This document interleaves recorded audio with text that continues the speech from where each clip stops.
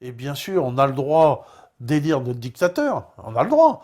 Mais sauf que tu as le dictateur A, tiens, Mhm. voilà, t'as celui-là, hein, il est rose, et puis tu as celui-là, tu peux l'élire, Il voilà. est vert. Ou il est vert, et puis celui-là, il est bleu. Mais c'est pareil, et tu vois, ça sera tous des cochons. Hein, voilà. Donc c'est pareil, qui a vu une différence entre l'UMP, le PS ou je sais pas quoi. Mais personne. Donc on sait bien que tout, tout ça, ce n'est qu'une Donc, ça veut dire que vaste le jeu imposture. démocratique, voilà, il est biaisé, il est complètement, voilà, c'est une imposture, escroquerie du jeu démocratique. Et pourtant, ce jeu, en plus, on le retrouve dans tous les pays d'Europe, puisqu'on retrouve à Oui, chaque fois deux partis dominants qui alternent, on voilà. va dire, le pouvoir, voilà, et qui ressemblent en gros, on va dire, au PS-UMP. Ils vont porter des noms différents. Voilà, on va l'appeler Parti populaire et Parti Voilà. machin, etc. dans un autre pays, mais La gauche, ça la se ressemble. droite. La Donc gauche, la la, droite, la voilà. gauche va être plus pour, si tu veux, des valeurs, pour des modes de vie, quoi, tu Ouais. vois, l'hédonisme, les homosexuels, les machins. Donc eux, ils vont être de gauche, on est pour la liberté. Voilà, puis la droite, bon, j'en sais trop rien, parce que Ouais. je sais pas plus ce Bon, que ils ont c'est pas plus maintenant. Ils d'idéologie. ont pas d'idée, non. Voilà. Non, donc, on va dire, allez, escroquerie du jeu démocratique qui est faussé par une espèce de fausse opposition, en fait, et qui alterne entre deux forces Ouais. font croire qu'elles se contredisent, alors qu'en vérité, j'ai envie de dire, tout le monde se tape dans le dos, puisque tout le monde est d'accord finalement sur les grands projets. Il n'y en a pas un qui il se différencie sur les détails finalement, Non, non. et pas sur les grandes lignes. Les Ouais. grandes lignes, ils sont tous d'accord, autant Union Européenne, Euro, tout le monde est d'accord, mais dès qu'on va, oui, on va chercher dans, oui, alors le mariage pour tous, là, on va trouver des On dissensions, va ou des petites choses trouver, comme ça, on va ouais, trouver des avec le dissensions. mariage pour tous, on va trouver Mm. un truc pour marquer la droite par rapport à À la la gauche, gauche. voilà. Mm. Hein, alors donc, ces connards, ils sont partis tous, ah non, contre le mariage homosexuel, machin. Enfin, bon. Qu'est-ce que tu veux, ça, comme ça, c'est des manœuvres de division. Mhm.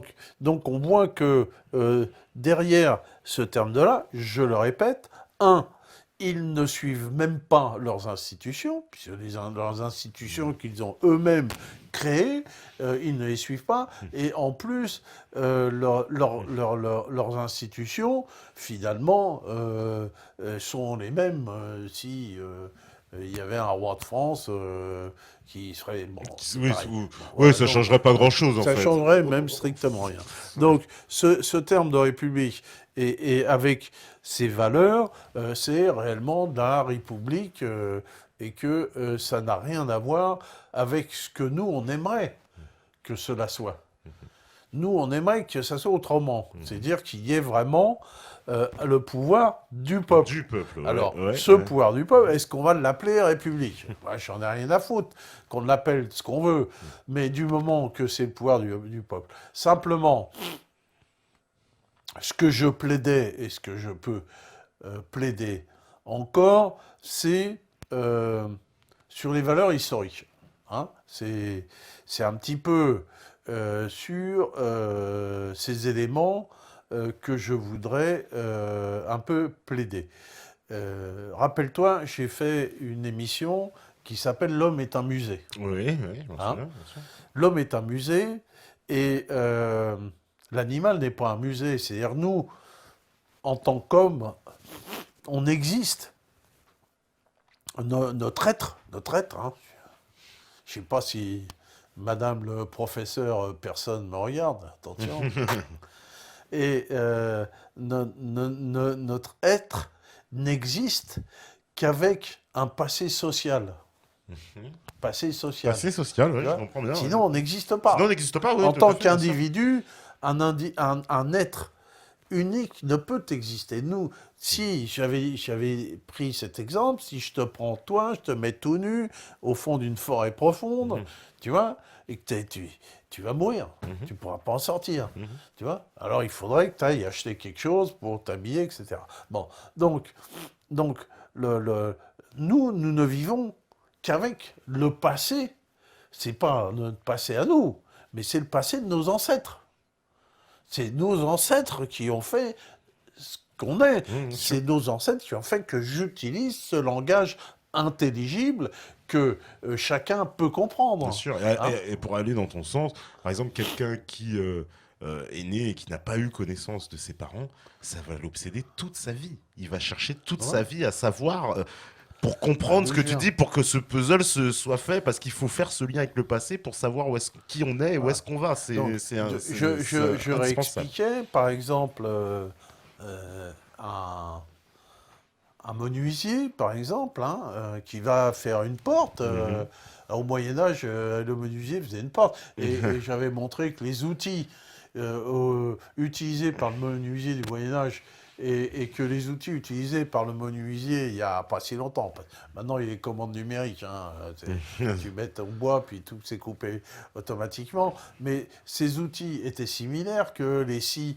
L'invention de la scie, c'est une invention antique. Mais quand tu vois, il y avait un tableau de Georges Campin qui montrait un menuisier avec ses gouges, avec ses scies, ses tenailles, si tu veux, au XVe siècle. C'était les mêmes. Donc on voit bien que la technologie usuelle employée, c'est une technologie qui ne vient pas ex nihilo. Ex nihilo, on ne fait rien, si tu veux. Il faut des générations de menuisiers pour en arriver là. Et que même si tu prends tout ce qu'on a autour de nous, et le fait que les gens puissent m'écouter au travers des réseaux électriques, si tu veux, sont issus d'inventions du 19e siècle qui ont été faites. Et si ces inventions n'avaient pas été faites, là, si on n'avait pas découvert des fréquences, s'il n'y avait pas eu Hertz, s'il n'y avait pas eu Marconi, s'il n'y avait pas eu ces gens-là, là, vous ne seriez pas là à pouvoir nous écouter. Donc il y a des adjonctions à la fois pas seulement de savoir-faire, mais comment on pourrait appeler ça, de concepts. Madame la philosophe, on pourrait parler des concepts. Ces concepts, c'est extrêmement important. Et ces concepts qui viennent du langage, qui viennent et des mythes.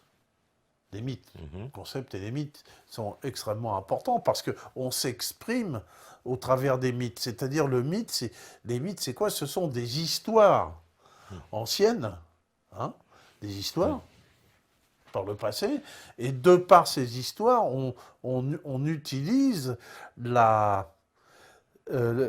cette histoire-là pour se remémorer, si tu veux, la signification de l'histoire.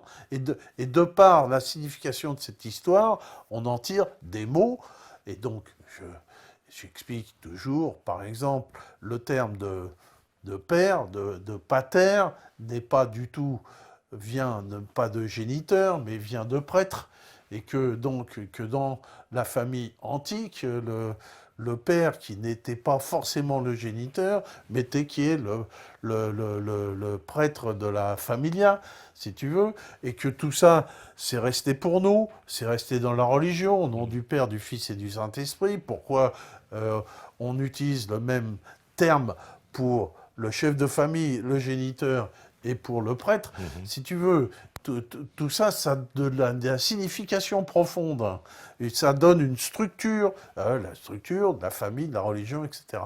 Donc, ce ne sont pas des hasards si c'est au nom du Père, du Fils et du Saint-Esprit. Ce n'est pas un hasard non plus s'il y a une Trinité. Je pourrais expliquer d'où vient dans un passé si profond cette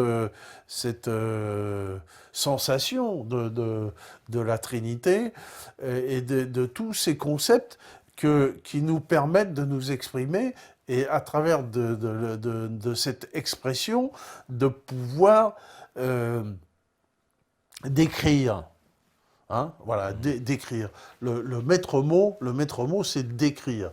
Décrire comment on fait une porte, décrire comment on fait un poste de radio, comment on fait une voiture. Et donc, la description de ça qu'on va transmettre.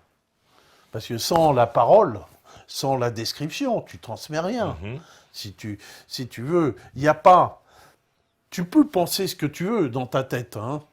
Tu peux inventer dans ta tête n'importe quoi, mais tant que tu ne l'as pas objectivé, c'est-à-dire que tu ne l'as pas consigné,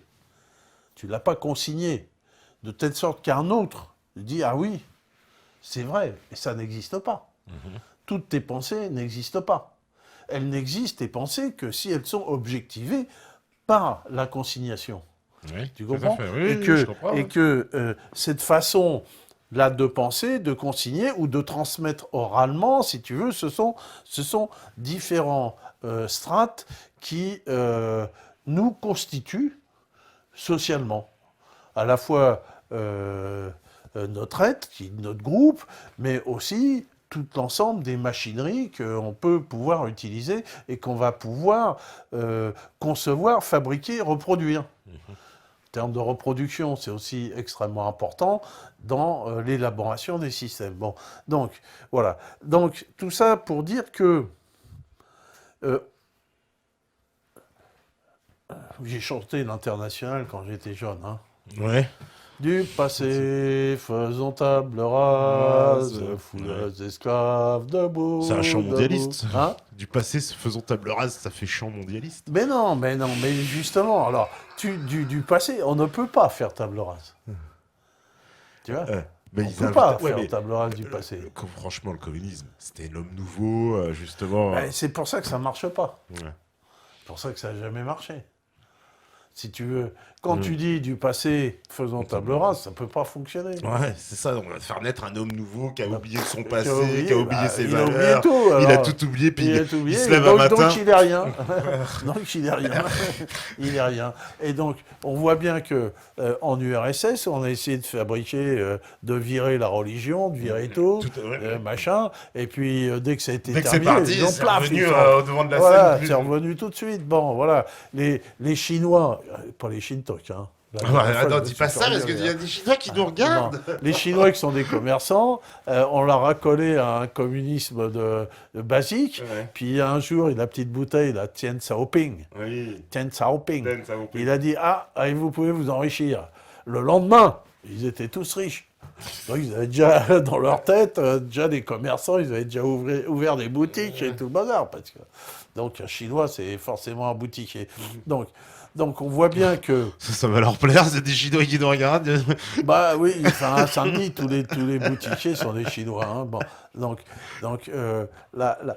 on voit bien qu'une culture, ça s'efface pas comme ça. Et non seulement ça s'efface pas comme ça, mais il faut pas l'effacer comme ça.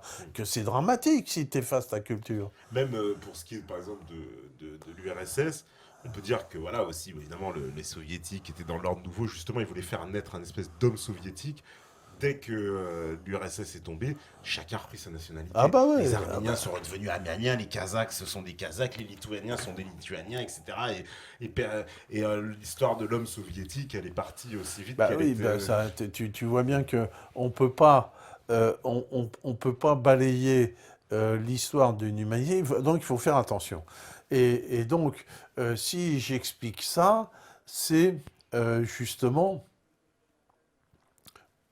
pour aborder un autre plaidoyer, Oui. un plaidoyer d'ailleurs qui était une histoire qui était résolue par les Russes, qui sont l'acceptation, la non-instrumentation de l'histoire et l'acceptation de nos pages d'histoire, si tu veux. L'histoire, c'est l'histoire. Oui. Bon, l'histoire nous a fabriqué, fabriqué notre langue, nos concepts, nos symboles. On voit que la symbolique est aussi extrêmement importante et que, évidemment, dans cette histoire, il y a un peu de tout. Il y a à boire et à manger. Il y a des gens qu'on pourrait considérer comme des bons selon notre pensée politique d'aujourd'hui et d'autres qu'on peut considérer comme mauvais. Mais les bons comme les mauvais sont partie constitutive de notre être, hein, qu'on le veuille ou qu'on ne le veuille pas. C'est-à-dire que l'histoire notre histoire, l'histoire de France, elle est riche, comme d'ailleurs toutes les histoires, comme l'histoire de l'Europe, et que elle est faite de luttes, de combats, hein, et que de ces combats-là, il en résulte toujours quelque chose. Hein. Un exemple contraire, quand tu vois l'impérialisme, lui, l'impérialisme est aussi le communisme. Hein. Eux, ils disent, il peut y avoir une fin de l'histoire. Oui. Hein. Oui. Il peut y avoir une fin de l'histoire. Donc les Américains ont beaucoup... c'est comment Fukushima, comment il s'appelle dans un nom, un mec avec un nom japonais, qui avait écrit un bouquin, qui avait encensé en disant quand le capitalisme aura vaincu le communisme, ce sera la fin de l'histoire. Ah bah, la preuve. Voilà, là, c'est bon. Hein. Et puis, du côté marxiste, il y a il y a le même concept. Le concept, c'est la fin de la lutte de classe. Oui, tout à fait. Hein. Oui, Donc oui. c'est exactement le même. Donc Oui. quand il y a fin de lutte de classe, il y a fin de On l'histoire. arrive à la fin de l'histoire, selon On moi. arrive à la fin de l'histoire. Donc on arrive à la fin de l'histoire, donc quand tu arrives à la mort. La fin de l'histoire, c'est la mort. C'est-à-dire, c'est l'entropie totale et il n'y a plus de confrontation qui permettent une évolution. On a vu aussi, l'évolution est due à la confrontation et au fait que c'est le meilleur qui est extrait. Hein, le meilleur qui est extrait. Donc, pour extraire le meilleur, il faut qu'il y ait différentes expériences. Et pour qu'il y ait différentes expériences, il faut qu'il y ait confrontation entre les expériences. Donc la fin de l'histoire, c'est la mort et c'est une utopie absolue. Ça ne peut pas exister. Alors il y a des fois où l'histoire s'accélère et parfois l'histoire ralentit. Mais quand il y a une dictature, quand il y a une société totalitaire, l'histoire se ralentit. Mais jamais elle ne disparaît. Et donc, cette histoire qui est faite de confrontation, elle est, pour nous, Français, elle est extrêmement importante de voir, par exemple, dans les confrontations entre les bourgeois, les nobles et les prolétaires, qu'on a vu, par exemple, au XIVe siècle, quand Charles V, rappelle-toi, est obligé de porter le bonnet des Parisiens qu'Étienne Marcel assassine les maréchaux de France et que on oblige le jeune dauphin Charles V à porter le bonnet rouge et bleu des Parisiens, qui est un peu une répétition de ce que sera ensuite, en 1990, l'obligation à la fête de la Nation par Louis XVI de porter le bonnet rouge. Voilà. Et donc, l'histoire de France, l'histoire de l'Occident, elle est faite de cette confrontation entre des gens qui cherchent à défendre leurs intérêts. C'est ça la confrontation, défendre leurs intérêts et à prendre le pouvoir.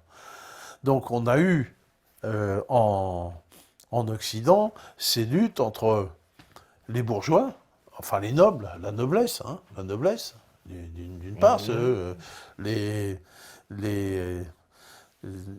gens qui combattent, hein, et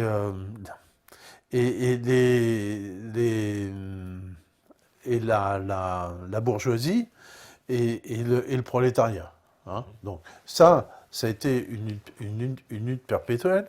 Et donc, de ça, on en a tiré des choses qui ont pu faire avancer la manière dont les gens ont vécu. Par exemple, au Moyen-Âge, pour être un peu plus clair par rapport à Montcharavia, il y a eu de ces confrontations l'érection de communes.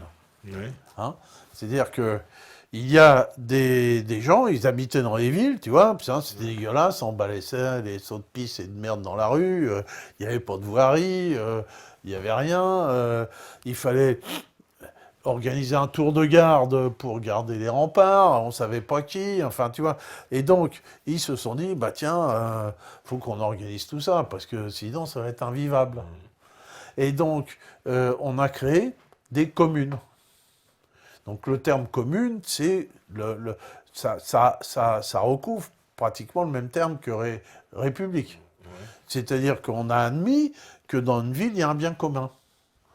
Il y a une voirie, il y a des remparts, il y a des services à rendre et que chacun doit s'y coller à tour de rôle.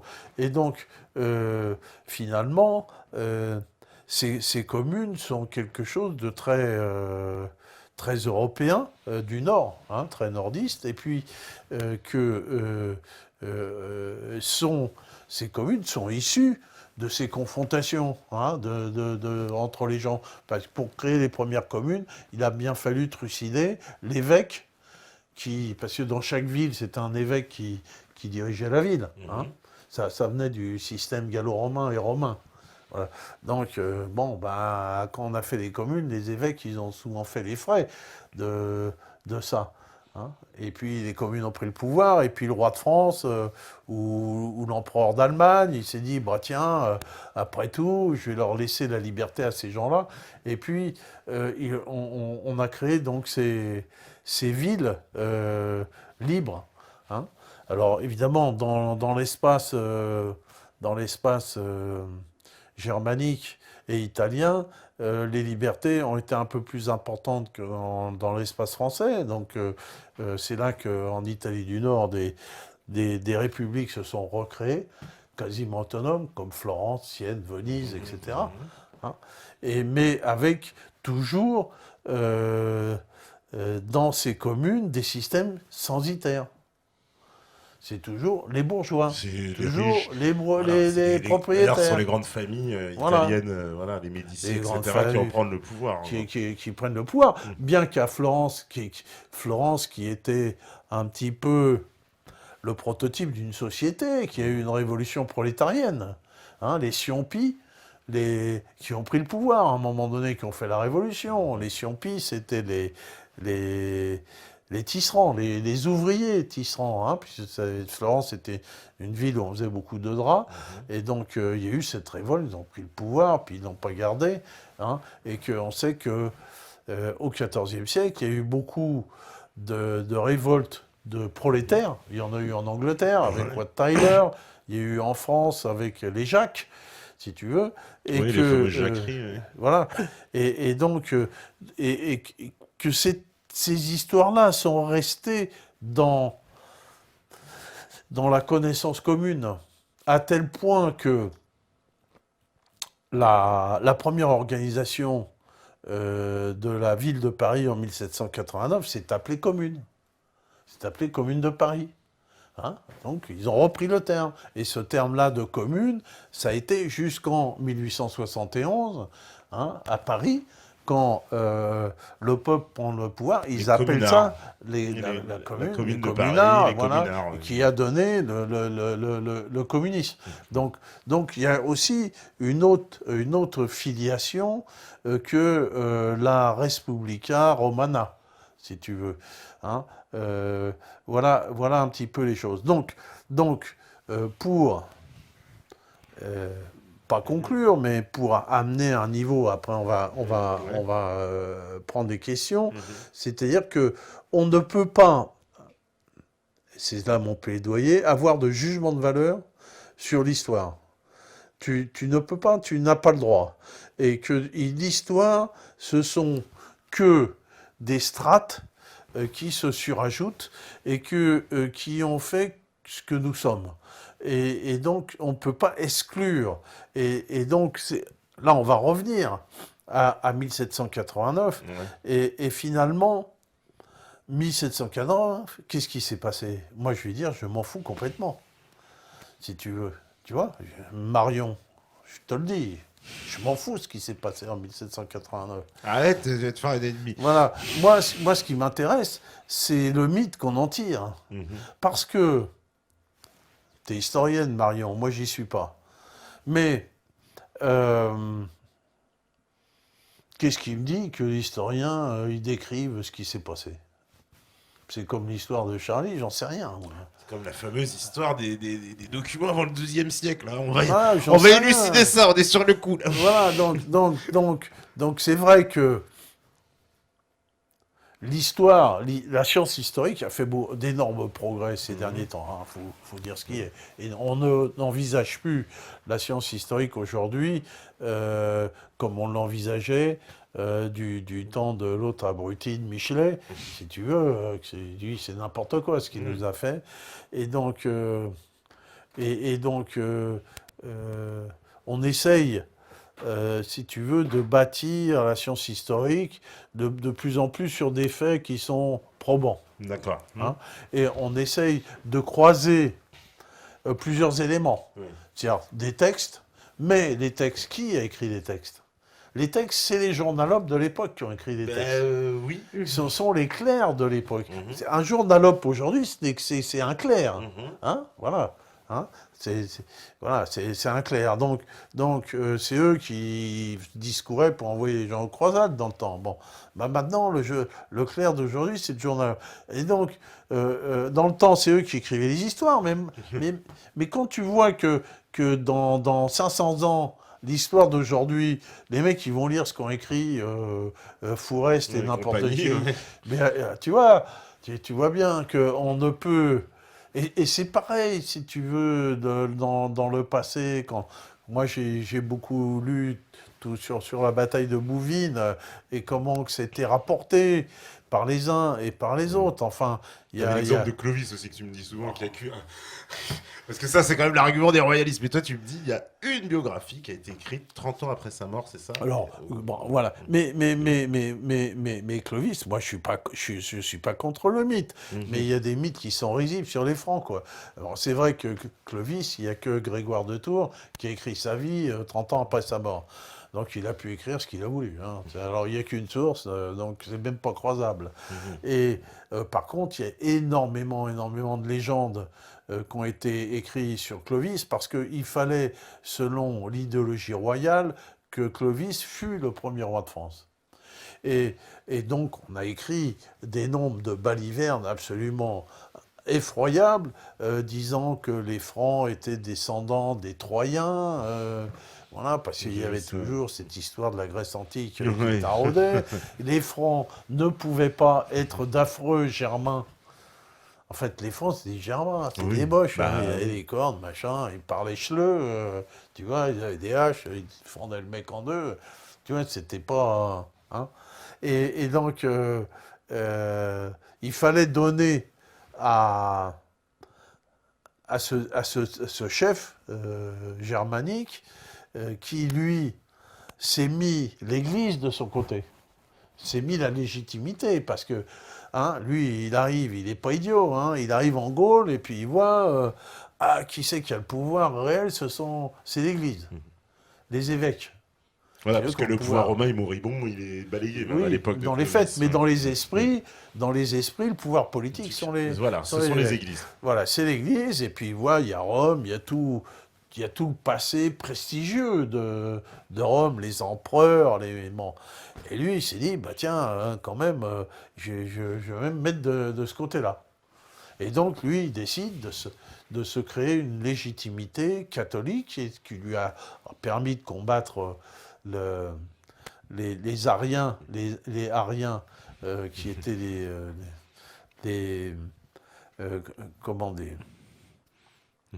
enfin, ils n'étaient pas dans l'orthodoxie catholique parce qu'ils ne croyaient pas en la Trinité. Eux, c'était des véritables monothéistes.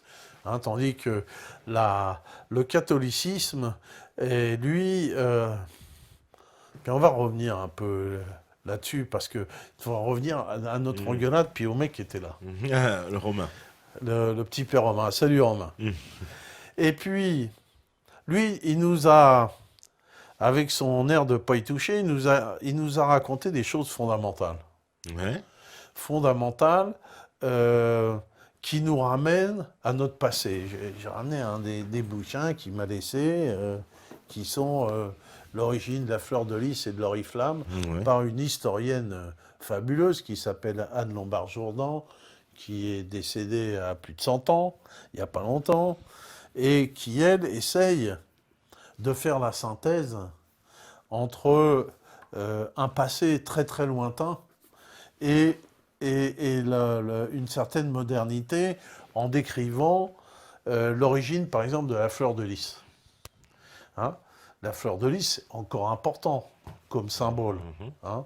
Ma ville, où j'appelle Saint-Denis, les arbres de Saint-Denis, c'est d'azur à champ de fleur de lys. Hein. Donc, ce sont les arbres. Voilà. Et cette fleur de lys présente encore pour nous une très grande signification française, hantée 1789, et on dit qu'on ne jette rien. On l'a dit, on ne jette rien, on jette rien. Donc on assume ça, et que on voit comment l'Église a réussi à fabriquer, à détourner des légendes dites païennes, anciennes, et très, très, très anciennes, très profondes, hein, au lieu de s'opposer à ces légendes. En disant non, tout ça, c'est des conneries. Elle les a intégrées, elle les a absorbées. Elle a tout intégré. Et on voit le génie, par exemple, l'abbé Sugère de Saint-Denis, le rôle qu'a joué l'abbaye de Saint-Denis, qui était l'épicentre, hein, c'était le monde, hein, comme maintenant c'est eux qui disaient le là, puis les autres qui disaient pareil.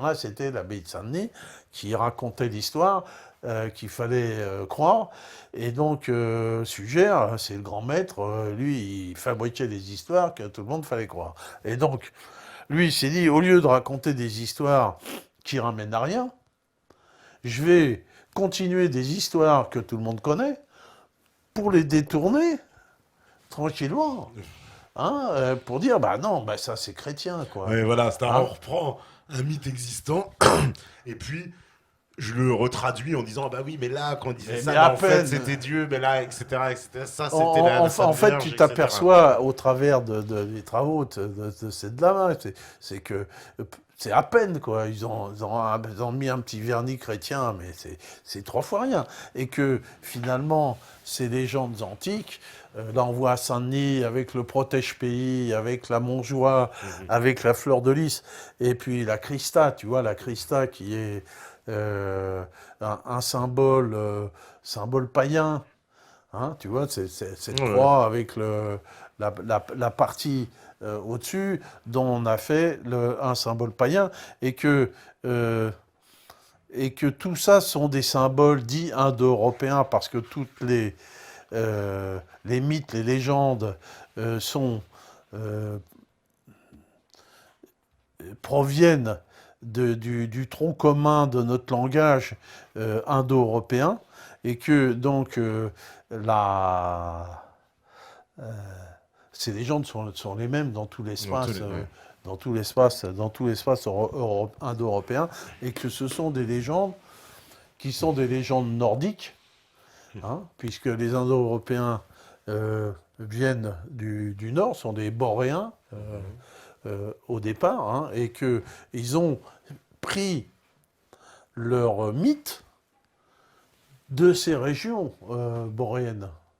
Les mythes fondateurs sont les mythes de ces régions boréennes. Donc on peut comprendre rapidement pourquoi, parce que quand il y a eu la dernière glaciation, la fin de la dernière glaciation vers moins 30 000, si tu veux, les glaces sont retirées, les gens y vivaient des animaux qui chassaient des mammouths et des cerfs, ils sont partis, ces animaux, vers le nord, et les gens les ont suivis. Ils les ont suivis, comme ça qu'on a peuplé le nord. Voilà, et donc ils ont refondé sur les bords du pôle Nord. D'accord. On va faire une petite pause, parce que je vois, c'est l'heure de la pause, et on reprend cette discussion, et puis on répondra aussi aux questions, parce qu'il y a pas mal de réactions, questions aussi, et donc on va quand même répondre. Voilà, on nous dit pas mal de trucs. Bah, allez-y, posez vos questions. Il y a des petits bugs sur le chat, c'est normal.